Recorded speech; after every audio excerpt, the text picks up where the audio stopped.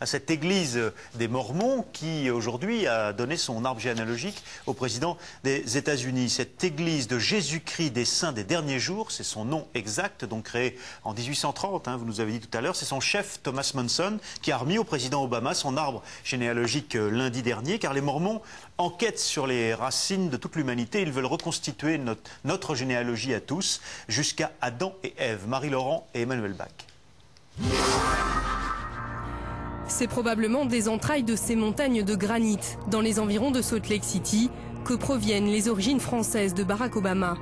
Le président de l'église mormone lui a présenté en début de semaine son arbre généalogique à la Maison-Blanche. Des milliards de registres familiaux glanés à travers le monde, le trésor ultra protégé des Mormons bien déterminés à reconstituer l'arbre généalogique de l'humanité. Une banque de données ouverte à tous et relayée par des centaines d'antennes sur le vieux continent. Dans cette chapelle mormone située à Melun, en Île-de-France, un centre d'histoire familiale offre la possibilité de consulter des copies de ces microfilms sur commande et gratuitement. Vous pouvez vous installer. Suite à un accord avec l'État français dans les années 60, 80% des départements français ont été passés au crible, actes de naissance, de mariage et de décès. Et l'objectif de l'église mormone, ça a été quoi en faisant cette démarche? C'était principalement de nous aider, nous, les membres de l'église, à faire nos recherches familiales, à réunir nos familles, et puis aussi sauvegarder le patrimoine français. Mais c'est surtout pour sauvegarder toutes ces richesses, quoi, parce que franchement, nos registres sont très bien faits en France. C'est peut-être dans un centre comme le vôtre qu'on a pu retrouver des origines françaises d'Obama, par exemple. Ah ben peut-être, je ne sais pas dans lequel.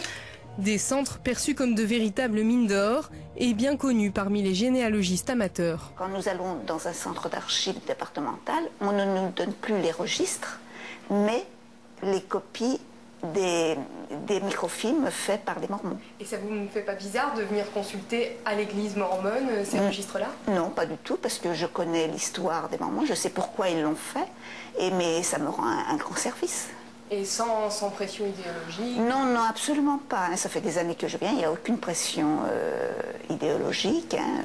Pas de pression idéologique, et pourtant les Mormons qui croient à la vie éternelle réalisent leurs propres recherches avec un objectif bien précis, un devoir même, baptiser les morts a posteriori pour leur offrir le salut.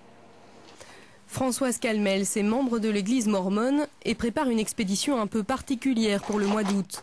Un voyage en famille à Francfort, temple mormon le plus proche, pour faire baptiser quelques-uns de ses ancêtres. Le déplacement est indispensable car les chapelles françaises ne baptisent que les vivants. Alors là, je vais vous montrer les fonds baptismaux de notre paroisse où on fait le baptême pour les personnes vivantes. Donc, dans notre église, on fait le baptême, on baptise les personnes à partir de 8 ans, pas avant. On met de l'eau environ là jusqu'à la marque bleue, pour qu'il y ait quand même une certaine quantité. Et la personne est baptisée par immersion, c'est-à-dire qu'on fait ce mouvement de la plonger dans l'eau et de la remonter. Ça, c'est le baptême pour les personnes vivantes, qui se fait là avec la famille et toutes les personnes qui voudront venir. Par contre, pour les baptêmes pour les morts, nous allons dans un temple. Et nous faisons le baptême par procuration, c'est-à-dire que moi je peux me faire baptiser pour ma grand-mère décédée, mon arrière-grand-mère décédée, et si c'est un homme, ça pourrait être mon mari, mon gendre, on respecte bien sûr le sexe, et on fait ce baptême en lieu et faveur de Madame Dupont ou d'une autre personne. Des immersions à répétition, fruit des recherches de toute une vie et souvent de plusieurs générations. En août prochain, ce sera au tour de Kirsten, fille aînée de Françoise, de se faire baptiser pour le compte de ses aïeux. À 30 ans, elle a déjà effectué la démarche 7 fois, comme ses parents avant elle. Combien d'ancêtres est-ce que vous avez déjà baptisés en fait? Une centaine. Sur une trentaine d'années quand même. Pour le mois d'août, je dirais qu'on a peut-être une dizaine, vingtaine de noms, et puis après on continuera comme ça régulièrement, quoi. Mais c'est un travail sans fin quand on voit l'arbre, là, il pourrait... C'est sûr, c'est vrai que ça se démultiplie au fur et à mesure, mais bon, on fait ça déjà sur nos 4 générations à nous, et puis après, tranquillement, quand on peut en découvrir, quoi.